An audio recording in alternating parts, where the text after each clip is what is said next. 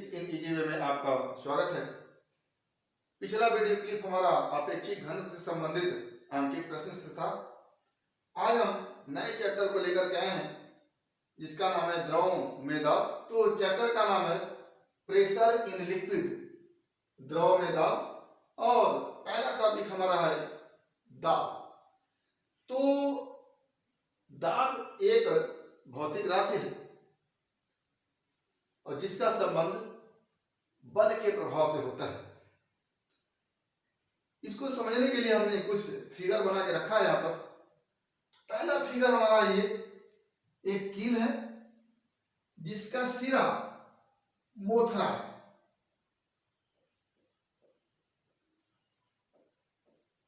Mothra, और एक दूसरा कील है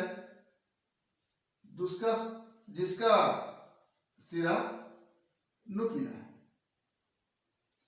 अब दोनों कील पर हम एक समान बल लगा रहे हैं। ये बल एक समान नीचे की ओर लगा है, या ऐसे कर ये बल नीचे की ओर लगा है इस तरह से, और यहां पर भी बल नीचे की ओर लगा है इस तरह से। दोनों कीलों पर हम बल समान लगा रहे हैं। लेकिन आप दैनिक जीवन में अनुभव किए होंगे कि इस कील पर लगाए गए इस बल का प्रभाव कम होता है, जबकि उसी के बराबर बल इस नुकीले सिरे वाले कील पर लगाते हैं तो उसका प्रभाव ज्यादा होता है। तो क्या कारण है इस नुकीले सिरे वाले कील पर बल का प्रभाव ज्यादा है जबकि मोथरे सिरे वाले कील पर बल का प्रभाव कम है? तो इन दोनों से ऐसा लगता है कि जिस सिरे का एरिया कम है उस पर बल का प्रभाव ज्यादा लग रहा है, और जिस सिरे का एरिया ज्यादा है उस पर बल का प्रभाव कम लग रहा है। यानी जो बल का प्रभाव है, बल का प्रभाव ये दो बातों पर निर्भर करता है। एक तो बल पर, लगाए गए बल पर, और दूसरा सिरे के क्षेत्रफल पर, सिरे के क्षेत्रफल पर।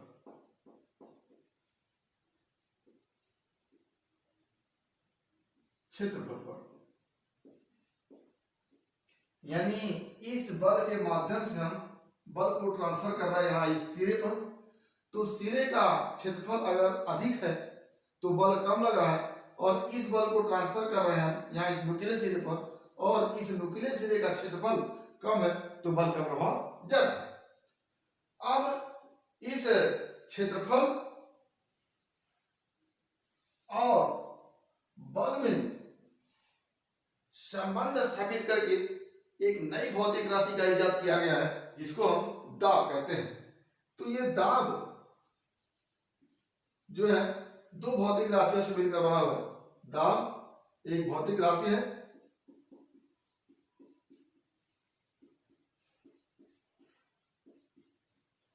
जो दो भौतिक राशि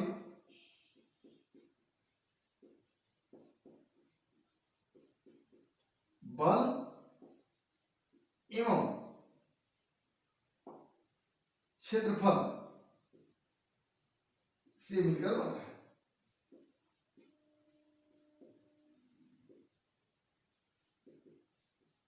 बल एवं क्षेत्रफल से मिलकर बना। बल कौन सा? जो आरोपित कर रहे हैं। क्षेत्रफल किसका? जिस पृष्ठ पर बल आरोपित कर रहे हैं। यहां पर देख रहे हैं हम बल यहां के माध्यम से हम इस पृष्ठ पर लगा रहे हैं, छोटे से पृष्ठ पर, इस तरह से। ये ऐसे कील इस पृष्ठ पर दे रहे हैं, तो बल इसी केवल इतने पृष्ठ पर लगा है। तो इस पृष्ठ का जो क्षेत्रफल है उस क्षेत्रफल और जो इस पृष्ठ पर आरोपित बल है उस बल से मिलकर के एक नई भौतिक राशि बनी है जिसको हम क्या कहते हैं? दाब कहते हैं। और इस दाब का मान जो होता है वो होता है दाब बराबर कितना बल लगा है वो बल और बटे जिस पृष्ठ पर बल लगा है उस पृष्ठ का क्षेत्रफल, पृष्ठ का क्षेत्रफल। तो ये देखने में बल यहां लग रहा है, लेकिन ये बल ट्रांसफर हो रहा है इस पॉइंट पर, इस पॉइंट पर, और इस पॉइंट पर जो बल लग रहा है उस बल और इस पॉइंट से संबंधित जो क्षेत्रफल है उस क्षेत्रफल का जो अनुपात होता है वही क्या होता है, दाब होता है। तो सीधी सी बात है, यहां से देखने में पता चल रहा है कि पृष्ठ का क्षेत्रफल ज्यादा होगा तो दाब कम लगेगा और पृष्ठ का क्षेत्रफल कम होगा तो दाब ज्यादा लगेगा। अब यही से एक परिभाषा बन के आती है, छोटी सी परिभाषा बन के आएगी कि एकांक पृष्ठ क्षेत्रफल पर लगने वाला बल क्या कहलाता है, दाब कहलाता है।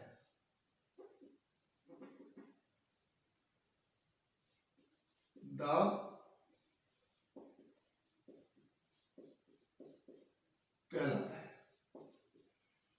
एकांक पृष्ठ पर लगने वाला बल क्या कहलाता है, दाब कहलाता है। अब यदि पृष्ठ का क्षेत्रफल ए हो और लगने वाला बल एफ हो तो दाब बराबर क्या हो जाएगा, एफ बाई ए। और इस दाब को हम पी से लिखते हैं। दाब को किससे लिखते हैं, दाब को पी, दाब की इंग्लिश प्रेशर होती है, तो दाब को पी से प्रदर्शित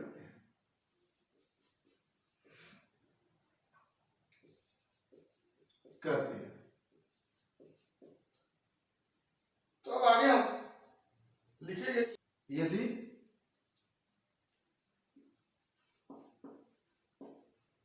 किसी पृष्ठ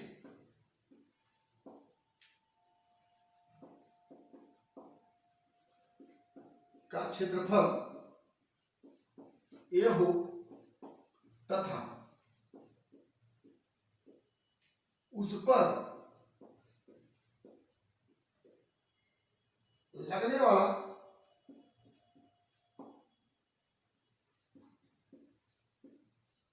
बल एफ हो तो पृष्ठ पर दबाव P बराबर F बाई ए। और इस फार्मूले से आपको संकेत मिल रहा है कि यदि पृष्ठ का क्षेत्रफल A ज्यादा होगा तो दाब कम होगा और A कम होगा तो दाब ज्यादा होगा। यानी दाब जो होगा वो इनवर्सली प्रोपोर्शनल होगा A। या कह लें कि दाब P जो होगा डायरेक्टली प्रोपोर्शनल होगा 1 बाई ए के। ठीक, अब यहीं से हम दाब के मात्रक को लेकर के आए, तो दाब का मात्रक क्या हो जाएगा, यहां से दाब का मात्रक क्या मिल जाएगा, बल का मात्रक हम न्यूटन लिखते हैं और एरिया क्षेत्रफल का मात्रक हम मीटर स्क्वायर लिखते हैं। क्या हो जाता है, न्यूटन प्रति मीटर स्क्वायर। क्या हो गया, यहां से न्यूटन प्रति वर्ग मीटर या मीटर स्क्वायर, ये हमारा दाब का मात्रक हो गया। और इसी दाब के मात्रक को हम पास्कल भी कहते हैं। इसी को क्या कहते हैं, पास्कल कहते हैं। तो न्यूटन प्रति मीटर स्क्वायर ही पास्कल होता है, यानी 1 न्यूटन प्रति metre square equal to 1 pascal के बराबर होगा। तो दाब का मात्रक हमारा हो गया न्यूटन प्रति मीटर स्क्वायर और इसी को हम क्या कहेंगे, पास्कल कहेंगे। तो आगे दाब का एक और मात्रक हम देखते हैं, जैसे यम की एस पद्धति में दाब का मात्रक न्यूटन प्रति मीटर स्क्वायर है, तो सीजीएस पद्धति में सीजीएस पद्धति में दाब का मात्रक क्या हो जाएगा, न्यूटन की जगह लिख देगा डाइन प्रति, और सीजीएस पद्धति में एरिया का मात्रक होता है सेंटीमीटर स्क्वायर। ये हमारा सीजीएस पद्धति में दाब का मात्रक हो गया। आगे अगर हम बीमी सूत्र की बात करें तो न्यूटन बल का बीमी सूत्र होता है हमारे पास, बीमी सूत्र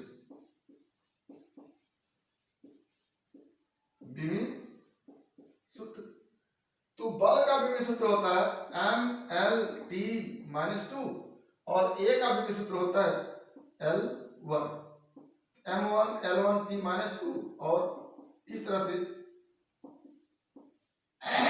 बीमी सूत्र होता है बल और एरिया का। और यहां से हम निकाल देते हैं कि एम एल पे पावर माइनस वन टी पे पावर माइनस टू, या M one L minus one T minus two, ये क्या हो गया, बीमी सूत्र हो गया। तो ये हमारा दाब से संबंधित तथ्य कि एकांक पृष्ठ क्षेत्रफल पर लगने वाला जो बल होता है उसी क्या कहते हैं, दाब कहते हैं। या कह लें यदि पृष्ठ का क्षेत्रफल ए हो तथा उस पर लगने वाला बल F हो, तो F और A का जो अनुपात होता है उसी को हम क्या कहते हैं, दाब कहते हैं। दाब का मात्रक हमने देखा न्यूटन प्रति मीटर स्क्वायर अथवा पास्कल होता है, और सीजीएस पद्धति में इसका मात्रक डाइन प्रति सेंटीमीटर स्क्वायर होता है, और बीमी सूत्र को देखें तो M L minus one T minus two होता है। अब यहां से एक नए टॉपिक की शुरुआत होती है, द्रव का दाब, द्रव का दाब, प्रेशर ऑफ लिक्विड। तो क्या द्रव का भी दाब होता है या द्रव भी दबाव डालते हैं, इसको हम देखने का प्रयास करेंगे। तो एक फ्लास्क में, एक बॉटल में हमने एक लिक्विड ले लिया, और लिक्विड सबसे आसान लिक्विड जल, तो जल ले लिया, छोटा सा ये छिद्र कर दिया, छोटा सा छेदा कर दिया, और इसके बाद हम देखते हैं कि तुरंत जल यहां से निकलना प्रारंभ हो जाता है, यानी जल में गति हो जाती है। कहने का आशय यह है कि स्थिर अवस्था में जल था और इसको जगह मिलते ही ये क्या हो गया, गतिशील हो गया, और इसको रोकने के लिए हमको इस छिद्र के पास ऐसे बल लगाना पड़ेगा। यानी बल यदि हम लगा रहे हैं तो इसका मतलब कि द्रव हमारे ऊपर बल लगा रहा है, हम बल लगा रहे हैं तो द्रव भी हमारे ऊपर बल लगा रहा है। और लिक्विड इसलिए स्थिर था कि जो हम बल लगा रहे हैं इसके पहले इस फ्लास्क का दीवार इस तरह से बल लगा रहा था। इसका आशय यह है कि लिक्विड को इस फ्लास्क के द्वारा लगाए गए बल के माध्यम से रोका गया। अगर ये फ्लास्क की दीवार ना होती तो लिक्विड गतिशील हो जाता। इसका आशय यह है कि लिक्विड इस दीवार पर एक बल लगा रहा है, कहीं से भी आप यहां छिद्र कर दीजिए, यहां से लिक्विड निकलने लगेगा, क्योंकि ये लिक्विड दीवार पर बल लगा रहा है और दीवार इस पर बल लगा रहा है, दोनों एक दूसरे के बल को संतुलित किए हुए, इसलिए लिक्विड पड़ा हुआ। जब अपने दीवार के बल को हटा लेते हैं तो लिक्विड क्या होता है, अपने बल से आगे बढ़ने लगता है। तो इसका आशय यह है कि इस लिक्विड के द्वारा इस फ्लास्क के दीवार पर बल लगाया जाता है, और इस दीवार के पृष्ठ पर यदि बल लगाया जाए तो इसका आशय यह है कि इस दीवार के पृष्ठ पर एक दाब है। क्योंकि अभी हमने दाब की परिभाषा को देखा कि जहां कहीं भी पृष्ठ पर बल लगता है वहां दाब भी हो जाता है, क्योंकि पृष्ठ का एक क्षेत्रफल होता है, और दाब और क्षेत्रफल में जो संबंध होता है F/A का, उसी को हम क्या कहते हैं, दाब कहते हैं। तो क्या लिखेंगे कि द्रव, और ये बल केवल दीवार पर ही नहीं रहता है, ये बल इस द्रव के द्वारा चारों तरफ किसी भी बिंदु पर ये द्रव चारों तरफ बल लगाता रहता है। इसी को क्या कहते हैं, द्रव में दाब कहते हैं, द्रव का दाब कहते हैं। क्या लिखेंगे कि किसी द्रव द्वारा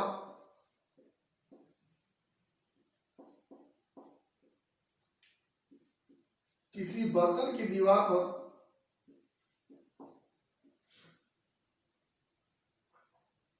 बर्तन की सतह पर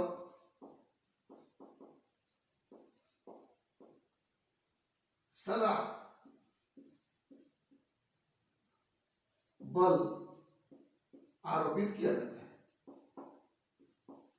आरोपित किया जाता है।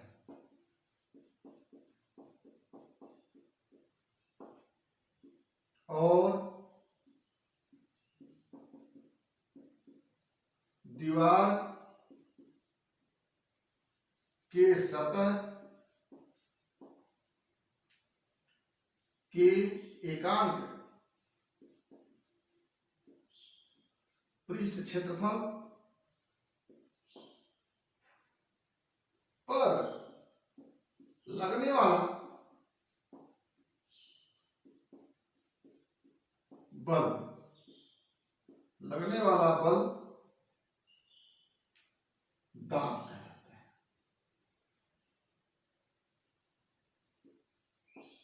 दाब कहलाता है।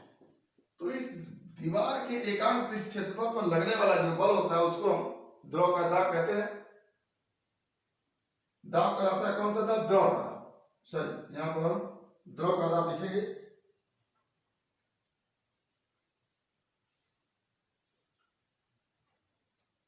द्रव का दाब कहलाता है, द्रव का दाब कहलाता है।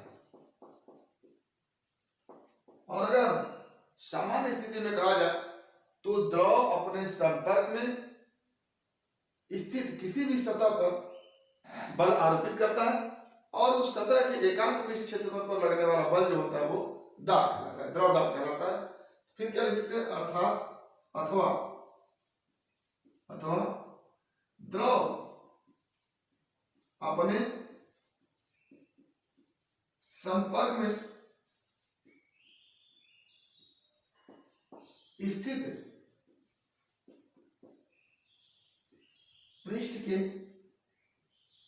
पृष्ठ पर बल आरोपित करता है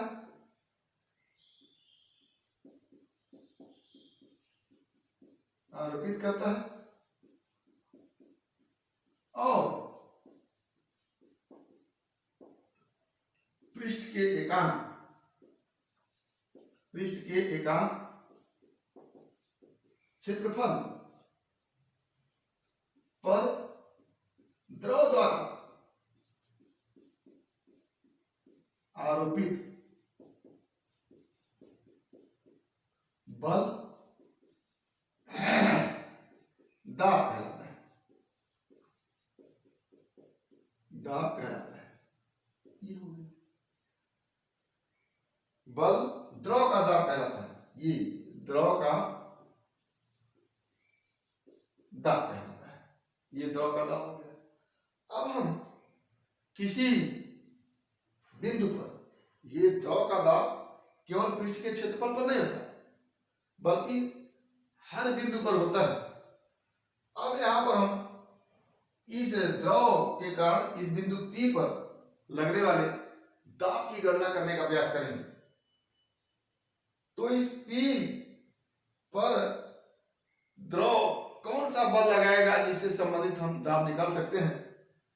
इस बिंदु P पर अगर द्रव के द्वारा कोई बल लगना है तो वो द्रव के भार के कारण बल लगेगा, यानी इस पृष्ठ पर जिस पर बिंदु P स्थित है उस पर इसके ऊपर जितना द्रव है उसी द्रव का क्या लगेगा, बल लगेगा। और उसी बल से संबंधित जो पृष्ठ के क्षेत्रफल के अनुपात में बल होगा उसी को हम क्या कहेंगे, द्रव का दाब कहेंगे और उसी को हम निकालने का प्रयास करेंगे। क्या लिखेंगे कि किसी बिंदु पर द्रव का दाब,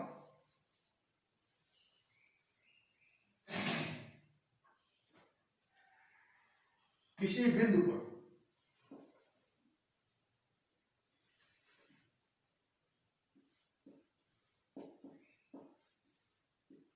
किसी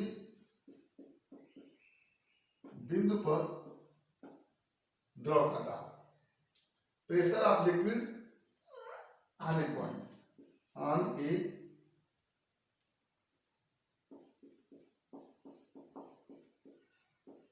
पॉइंट। तो ये हमारा किसी बीकर में भरा हुआ द्रव है और इस बिंदु P पर हमको दाब ज्ञात करना है कि कितना दाब होगा। तो एक ऐसा वृत्ताकार, जरूरी नहीं है कि वृत्ताकार ही पृष्ठ ले, इस पृष्ठ को लेते हैं, इस वृत्ताकार पृष्ठ को जिस पर बिंदु P स्थित है। इस तरह से इस बिंदु P पर अगर हम द्रव का दाब निकाला जाए तो एक ऐसा वृत्ताकार पृष्ठ लेंगे जिस पर बिंदु P आ जाए और मान लीजिए उस पृष्ठ का, वृत्ताकार पृष्ठ का क्षेत्रफल A है। अब इस वृत्ताकार पृष्ठ के क्षेत्रफल पर जितना बल लगेगा वो बराबर होगा इस पृष्ठ के ऊपर जितना द्रव का भार है। और इस पृष्ठ के ऊपर जो द्रव का भार है उसको निकालने के लिए इस बेलनाकार आकृति के द्रव का आयतन निकालेंगे और उसके घनत्व से गुणा कर देंगे तो उसका द्रव्यमान हो जाएगा, और उस द्रव्यमान में अगर गुरुत्वीय त्वरण से गुणा कर दे तो क्या हो जाएगा, भार हो जाएगा। तो इसको निकालने के लिए मान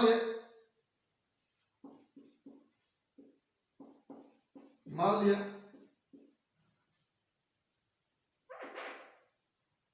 बीकर में स्थित द्रव के बिंदु P पर द्रव का दाब ज्ञात करना है, द्रव का दाब ज्ञात करना है।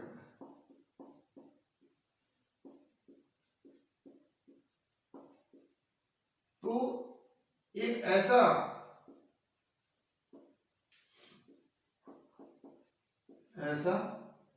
वृत्ताकार क्षैतिज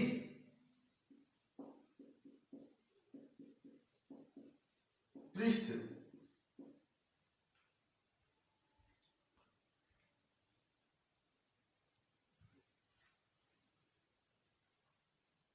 लेंगे जिस पर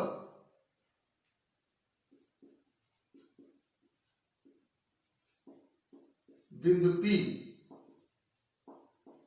स्थित, जैसा कि फिगर में हम देख पा रहे हैं, ये बीकर है, इसमें पूरा लिक्विड भरा हुआ है और इस बिंदु P पर हमको क्या निकालना है, दाब निकालना है। तो एक ऐसा क्षैतिज वृत्ताकार पृष्ठ लेंगे जिस पर बिंदु A स्थित हो और इस पृष्ठ पर इस द्रव स्तंभ के कारण जो बल लगेगा उस बल को निकालने का प्रयास करेंगे। मान लिया पृष्ठ क्षेत्रफल A, अब इस पृष्ठ क्षेत्रफल A पर लगने वाला बल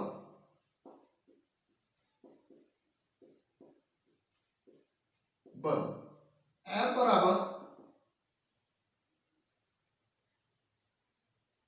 A के ऊपर बेलनाकार आकृति के द्रव का भार। तो ये आरोपित बल F इक्वल टू क्या हो जाएगा, लगने वाला बल F इक्वल टू आकृति का भार निकालना है तो क्या लिखेंगे, M इंटू जी। मान लेते हैं कि इस पृष्ठ A के ऊपर जितना द्रव है उसका द्रव्यमान M है और उसका हमने G से गुणा कर लिया तो हमारा भार निकल गया है। अब ये m क्या होगा, F इक्वल टू m, बेलनाकार आकृति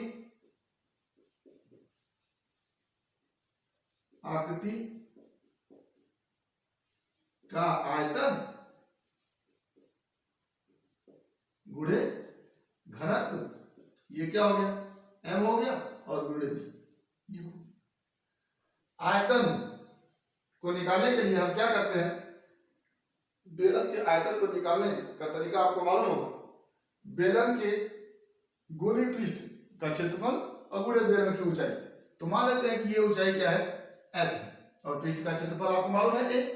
तो समतल पृष्ठ का क्षेत्रफल या वृत्तीय पृष्ठ का क्षेत्रफल गुणे ऊंचाई कर दे तो आयतन निकल के आता है। ये हो जाता है F इक्वल टू पृष्ठ का क्षेत्रफल a और गुणे ऊंचाई h और गुणे ये आयतन हो गया। और मान लेते हैं घनत्व इसका क्या है, d, क्या हो जाता है d इंटू g। ये हमारा बल हो गया। अब बल हमारा निकल गया, काम बनने की संभावना बन गई। इस पृष्ठ पर लगने वाला बल F हो गया।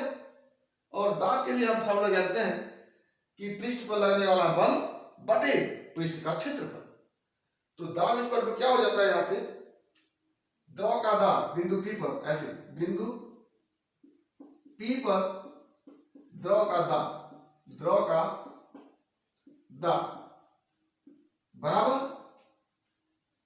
पृष्ठ पर लगने वाला बल F बटे पृष्ठ का क्षेत्रफल E। और F का मान आपको मालूम है क्या है, A into H into D into G बटा A। A से बढ़ गया, बचा क्या हमारे पास, दाब P equal to H into D into G। वाह वाह, फार्मूला बन गया बढ़िया से। इस द्रव की स्वतंत्र तल या द्रव के सतह की P से ऊंचाई H, द्रव का घनत्व D तथा गुरुत्वीय त्वरण G, तीनों को आपस में मल्टीप्लाई कर दें तो हमारा इस बिंदु P पर दाब निकल के आ जाएगा। तो इस अनुसार द्रव के भीतर किसी भी बिंदु पर आप दाब निकाल सकते हैं। आपको मालूम होना चाहिए क्या, कि उस बिंदु की स्वतंत्र तल से गहराई क्या है, या कह लें कि बिंदु से स्वतंत्र तल की ऊंचाई क्या है H, और उस द्रव का घनत्व D तथा गुरुत्वीय त्वरण G निकाल लेते हैं तो हमारा P निकल के आ जाता है। अब इस फार्मूले से क्या समझ में आ रहा कि अगर स्वतंत्र तल से बिंदु P ज्यादा नीचे है या कह लें H का मान ज्यादा है तो दबाव ज्यादा होगा, घनत्व D, यदि द्रव का घनत्व ज्यादा होगा तो दबाव ज्यादा होगा। और गुरुत्वीय त्वरण सामान्य मान के चलते हैं, सब जगह एक बराबर मान के चलते हैं। तो द्रव का किसी बिंदु पर दाब उस बिंदु की स्वतंत्र तल से गहराई तथा द्रव के घनत्व D पर निर्भर करता है। और साथ ही अगर हम गुरुत्वीय त्वरण G को परिवर्तनशील मान लें, जैसे कहते हैं कि ध्रुव पर गुरुत्वीय त्वरण G का मान सबसे ज्यादा होता है, विषुवत रेखा पर कम होता है, ऊंचाई पर जाने पर G का मान कम होता जाता है, नीचे जाने पर G का मान कम होता जाता है। तो इस हिसाब से G के मान को भी अगर परिवर्तनशील मान लें तो जहां G का मान कम होगा वहां दबाव कम होगा, जहां G का मान ज्यादा होगा वहां दबाव ज्यादा होगा। ठीक, तो यहाँ के फॉर्मूले से देखने से मिलता है आपको कि द्रव का किसी बिंदु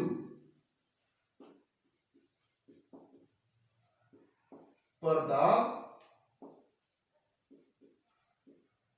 क्या होता है, नंबर 1 बिंदु की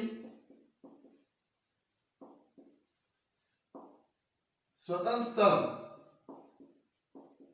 ये स्वतंत्र तल है, यहां पर स्वतंत्र तल से गहराई के अनुक्रमानुपाती।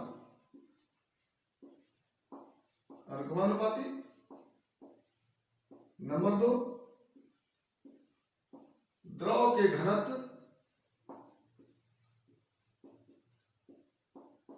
के अनुक्रमानुपाती। नंबर 3 तीसरा गुरुत्वीय त्वरण,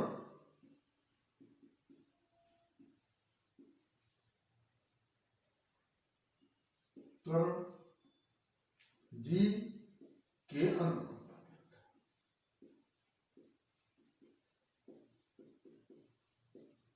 होता है। तो ये हमारा द्रव का दाब हो गया। केवल द्रव का दाब ही नहीं,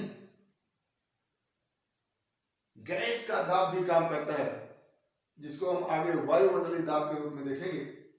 तो हर फ्लूइड, हर बहने वाली वस्तु, हर तरल वस्तु का अपना दाब होता है। तो आज हमने द्रव के दाब को देखा, जिसका मान H इंटू डी इंटू जी के बराबर होता है। तो आज के टॉपिक में हमने दाब को देखा कि एकांक पृष्ठ के क्षेत्रफल पर लगने वाला जो बल होता है वही दाब होता है। अगर पृष्ठ का क्षेत्रफल कम होगा तो दाब ज्यादा लगेगा, पृष्ठ का क्षेत्रफल ज्यादा होगा तो दाब कम लगेगा। दूसरा हमने देखा कि द्रव के अंदर किसी बिंदु पर द्रव का दाब होता है। तीसरा हमने देखा कि किसी बिंदु पर लगने वाले दाब का मान H इंटू डी इंटू जी के बराबर होता है, और यह दाब बिंदु की स्वतंत्रता से गहराई के अनुपाती होता है, द्रव के घनत्व के अनुपाती होता है, और गुरुत्वीय त्वरण जी के अनुपाती होता है। तो उम्मीद करते हैं कि दाब और किसी बिंदु पर द्रव का दाब जैसा टॉपिक आपको समझ में आया होगा। अगर इसमें किसी प्रकार की कोई दिक्कत हो तो आप हमारे YouTube चैनल के कमेंट बॉक्स में कमेंट करके अपनी समस्या का समाधान करेंगे, और वीडियो क्लिप पसंद आए तो प्लीज लाइक करेंगे, शेयर करेंगे, साथ ही हमारे YouTube चैनल को सब्सक्राइब करेंगे, ताकि इस तरह के वीडियो क्लिप का नोटिफिकेशन आपको मिलता रहे। तो आज बस इतना ही। एक बार फिर आपके भविष्य के लिए बेस्ट ऑफ लक। धन्यवाद।